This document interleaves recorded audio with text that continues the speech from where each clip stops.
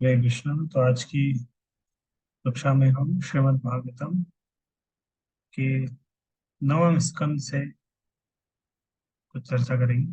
स्कंद नौ, विशेष रूप से एक कहानी जो अम्बरीश महाराज के पिता की कहानी। अम्बरीश महाराज को हम जानते हैं, दुर्वासा मुनि अम्बरीश महाराज का स्टोरी आता है श्रीमद् भागवतम में। तो अम्बरीश महाराज के पिता का नाम था नाभाग। का नाम था नाभाग। नाभाग मतलब कोई भाग नहीं, कोई हिस्सा नहीं। तो नाभाग के पिता का नाम था नभग। तो नभग के पुत्र थे नाभाग। ये जो नभग थे ये मनु के पुत्र थे। मनु के पुत्र नभग, नभग के पुत्र नाभाग। तो नाभाग जब बचपन में छोटे थे, बहुत समय तक वो अपने गुरु के पास रहे। पहले के समय में इस तरह होता था, जब छोटे रहते थे शिक्षा के लिए आश्रम में भेजते थे, गुरु के आश्रम। तो गुरु के आश्रम में 25 साल तक शिक्षा होती थी। उसके बाद सब फिर से अपने अपने घर आते थे, घर के उत्तरदायित्व को संभालते थे। लेकिन पहले शिक्षा, आध्यात्मिक शिक्षा होती थी शुरुआत में। तो इस तरह नाभाग, उनके बहुत सारे भाई सब गए थे, गुरु के आश्रम में रहे। और धीरे धीरे बाकी सब वापस चले गए अपने अपने घर। लेकिन नाभाग बहुत समय तक गुरु के पास रहे। जब गुरु के पास वो रह रहे थे, सेवा कर रहे थे आश्रम में, उनके बाकी भाई सब वापस आ गए। वो सब बड़े हो गए थे और पिता की संपत्ति है। जब बहुत सारे भाई रहते हैं, पिता रहते हैं, पिता की संपत्ति का बंटवारा करते हैं। तुम्हारा ये, मेरा है, ये है, का हिस्सा करते हैं। तो नाभाग के जो बाकी भाई हैं, उन सब ने मिलकर अपने पिता की संपत्ति का बंटवारा किया, बंटवारा कर रहे थे। तो नाभाग के बारे में सोच रहे थे कि ये तो अपने गुरु के पास ही है, आया ही नहीं वापस। तो उन्होंने अपने मन में सोचा कि अब वापस नहीं आएगा, ये अपने गुरु के पास ही रहेगा। अपने गुरु के पास रहेगा, वापस नहीं आएगा। इसलिए इसके किसी हिस्से रखने की आवश्यकता नहीं है। इसका हिस्सा भी चलो हम सब मिलके बांट लेते हैं। आजकल ये हिस्से को लेके बहुत समस्याएं होती है। परिवार बड़ा होता है और जब टूटता है, बंटवारा होता है, बहुत सारी समस्याएं आती है, झगड़े होते हैं, केस हो जाते हैं। कितने कोर्ट केस चल रहे हैं केवल बंटवारे को लेके। तो पिता की उपस्थिति में जब हो जाती है ये सब चीजें तो बहुत अच्छा है। और जब पिता चले जाते हैं उसके बाद जब बंटवारा होता है और समस्या होती है। पिता जब खुद बांट देते हैं, ठीक है तुम्हारा है, ये तुम्हारा है, तुम्हारा है, तो बहुत आसानी से चीजें सोल्व हो जाती है। लेकिन पिता की अनुपस्थिति में जब बंटवारा होता है, पिता की मृत्यु के बाद, और कठिन हो जाता है। तो ये तो पिता थे, उनके पिता की संपत्ति का सब भाइयों ने मिलकर बांट लिया। और नाभाग अपने गुरु के आश्रम में थे, उनके लिए कोई हिस्सा नहीं रहा। पहले के समय इस तरह होते थे, कुछ ब्रह्मचारी जो गुरु के आश्रम में जाते थे वो वापस आते नहीं तो गृहस्थ आश्रम के लिए। वो ब्रह्मचारी आश्रम में ही रहते थे। सीधे ब्रह्मचारी आश्रम से वो संन्यास आश्रम लेके संन्यास आश्रम ले लेते। और कुछ ब्रह्मचारी आश्रम से फिर गृहस्थ आश्रम में आते थे। मैक्सिमम गृहस्थ आश्रम में आके फिर आगे चल के वानप्रस्थ आश्रम लेते। तो उनके भाई ने सोचा कि ये नाभाग अब अ, वापस गृहस्थ आश्रम में नहीं आएगा। तो उन्होंने उसका हिस्सा नहीं रखा। तो नाभाग कुछ सालों बाद फिर वापस आ गया। और नाभाग बहुत सरल हृदय का था। ये अपने भाइयों के पास गया और बहुत विनम्र भाव से भाइयों से पूछा कि आप लोगों ने पिता की संपत्ति में मेरे हिस्से में मुझे क्या दिया है, मेरा मेरा हिस्सा क्या है। बहुत विनम्रता से कि क्या है मेरे हिस्से में, आप संपत्ति का बंटवारा किया, मेरे हिस्से में क्या रखा। तो उसके भाई बोले, जब हमने संपत्ति बांटी है और तुम्हारे तुम्हारे हिस्से में हमने पिताजी को ही रख दिया है। बोले पूरे पिता आपकी संपत्ति है। ना भाग खुश हो गया, बोले पिताजी को आपने मेरी संपत्ति में छोड़ा। वो सीधा था, समझ नहीं पाया उनकी चालों को। तो ना भाग अपने पिता के पास गया और बोला कि पिताजी, मेरे भाइयों ने आपको मुझे अपने हिस्से में दिया है, क्या कर सकता हूँ मैं आपकी सेवा के लिए।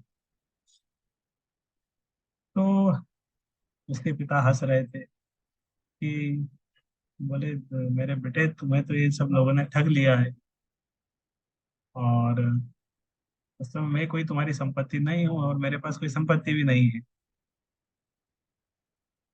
आजकल लोग संपत्ति, माता पिता की संपत्ति चाहते हैं, माता पिता को नहीं चाहते।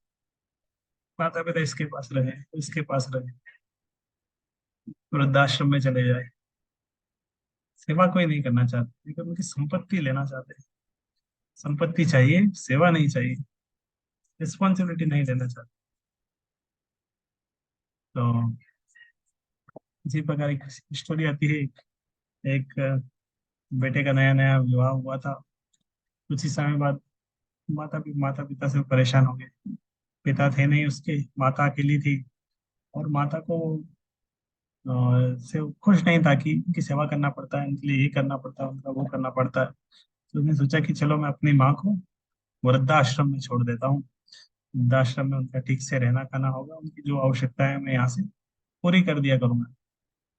तो बेटा अपनी माँ को लेके वृद्धाश्रम में गए और वहाँ पे छोड़ दिया। माँ दुखी थी, बेटा सेवा नहीं करना चाहता है, वृद्धाश्रम में रख दिया है। माँ वृद्धाश्रम से उसको फोन लगाती थी। जब भी फोन लगाती थी बोलता था मैं भी मीटिंग में हूँ, बिजी हूँ, फिर बात करता हूँ, कल बात करता हूँ। बात ही नहीं करता है, फोन नहीं उठाता है। तो बहुत समय हो गया, फोन ही नहीं उठा रहा है। वृद्धाश्रम का बस पैसा भरता है, बाकी उसका कुछ लेना देना नहीं, बात ही नहीं करता, समय ही नहीं, इतना व्यस्त हो गया अपने अपने परिवार में, अपनी नौकरी में। इस तरह उसकी माँ बहुत बूढ़ी हो गई, मृत्यु का समय आ गया, और ये भी धीरे धीरे बूढ़ा होने लग गया।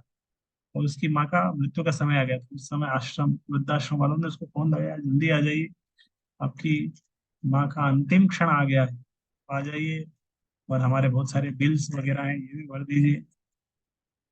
तो जैसे तैसे वो बेटा बेटा समय निकाल के आ गया। जब अंतिम क्षण है, आज ले जाते, उसकी माँ से मिला। माँ देखा रे बेटा आ गया, उसकी माँ को आश्चर्य था, कम से कम आ तो गया। तो माँ का तो अंतिम समय चल रहा था वृद्धाश्रम का। तो बेटा बोला कि मैं कुछ कर सकता हूँ माँ, मैं तुम्हारे लिए। तो उसकी माँ बहुत सारी डिमांड रखी, बोले वृद्धाश्रम है, यहाँ पंखा खराब है, पंखा ठीक करवा दो, और बाथरूम में थोड़ा ये खराब है, बाथरूम ठीक करवा दो, यहाँ पे थोड़ा खिड़की वगैरह ठीक करवा दो, अच्छे से हवा आए। और बहुत सारी डिमांड रखी उसकी माँ ने। वो वृद्धाश्रम को में ठीक से व्यवस्था हो इसके लिए। बेटा आश्चर्य होता, अरे माँ तुम मरने वाली हो, और इतने सारे डिमांड है तुम्हारी, क्या करोगे ये सब ठीक करा के? तुम तो मर जाओगी, ये सब मैं ठीक करा के क्या करूंगा? उसकी माँ बोली देखो बेटा, मैं तो, मेरे पास तो कोई सुविधा नहीं थी, लेकिन मैं तो जा रही, लेकिन मुझे तुम्हारी चिंता है। मुझे पता है कि तुम्हारा बेटा भी तुम्हें यही छोड़ के जाने वाला है, तुम भी बूढ़े हो गए हो। तो इससे पहले कि वो तुम्हें छोड़ा जाए, यहाँ छोड़ के जाए, तो मैं तुम्हारे लिए सारा व्यवस्था कर लूँ, ताकि तुम्हें तकलीफ ना हो। तो इस तरह की व्यवस्था स्थिति है। नाभाग की इस तरह नाभाग के पास गया।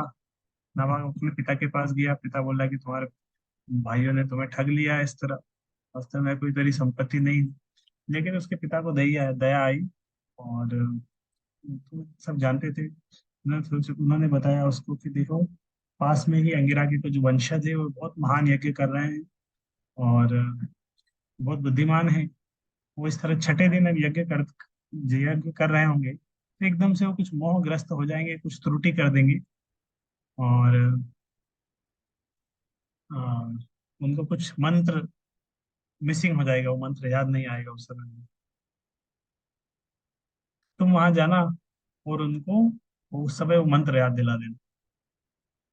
मंत्र उन्होंने, उसके पिता ने उसको सिखा दिया। तो ये गया वहां पर, और उसके पिता ने बोला था कि ये महात्मा है कि सब यज्ञ इनका सफल हो जाएगा, ये सब स्वर्गलोक को चले जाएंगे, और यज्ञ में बहुत सारी दक्षिणा धन रहेगा, ये सब तुम्हें दे जाएंगे।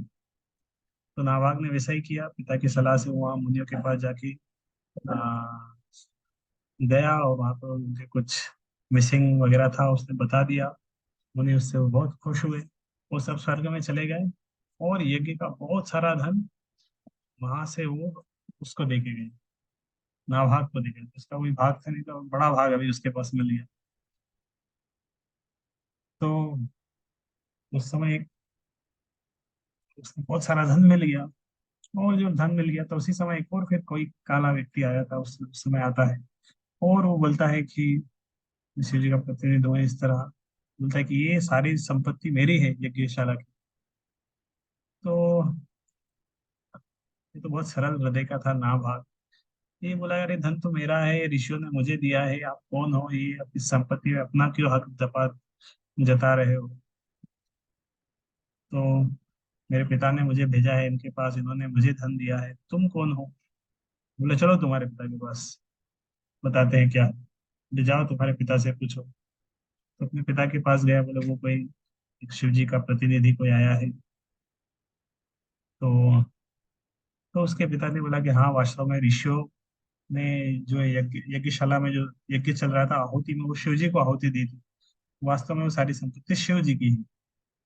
तो वो व्यक्ति सही बोल रहा है, वो सारी संपत्ति उनकी है। तो अम, तो काला नाभाग फिर से आया व्यक्ति इधर, शिव जी जो आए थे उन्होंने उसको नमस्कार किया। बोले, हे पूज्य देव, ये सारी संपत्ति आप ही की है, आप ले लीजिए। मेरे पिताजी ने कहा है संपत्ति आपकी, आप ले लीजिए। वो विनम्रता पूर्वक सिर झुका के और बोला, आप संपत्ति ले लीजिए, आप मेरे ऊपर कुछ कृपा करिए। नाभाग सारी संपत्ति फिर दे भी दिया। तो वो शिव जी बहुत खुश हुए उनसे, और बोले, ठीक है, मैं तुमसे बहुत खुश हूँ, और सत्य है कि तुम सब कुछ तुमने सत्य बता दिया। तो मैं तुम्हें वैदिक मंत्रों का ज्ञान बताता हूँ, और इस संपत्ति भी तुम्हारी, ये सारा धन तुम ले सकते हो। तो ये नाभाग जिसके पास कुछ धन नहीं था, बाद में बहुत सारा धन मिल गया, राजा बना आगे चल के। और इन्हीं के पुत्र के रूप में, अम्बरीश महाराज के रूप में, अम्बरीश महाराज इनके पुत्र हुए। तो ये नाभाग के पुत्र थे अम्बरीश महाराज। अम्बरीश महाराज के बारे में हम और भी आगे चल के पढ़ेंगे कि किस तरह अम्बरीश महाराज भगवान के बड़े भक्त थे। हरे कृष्ण।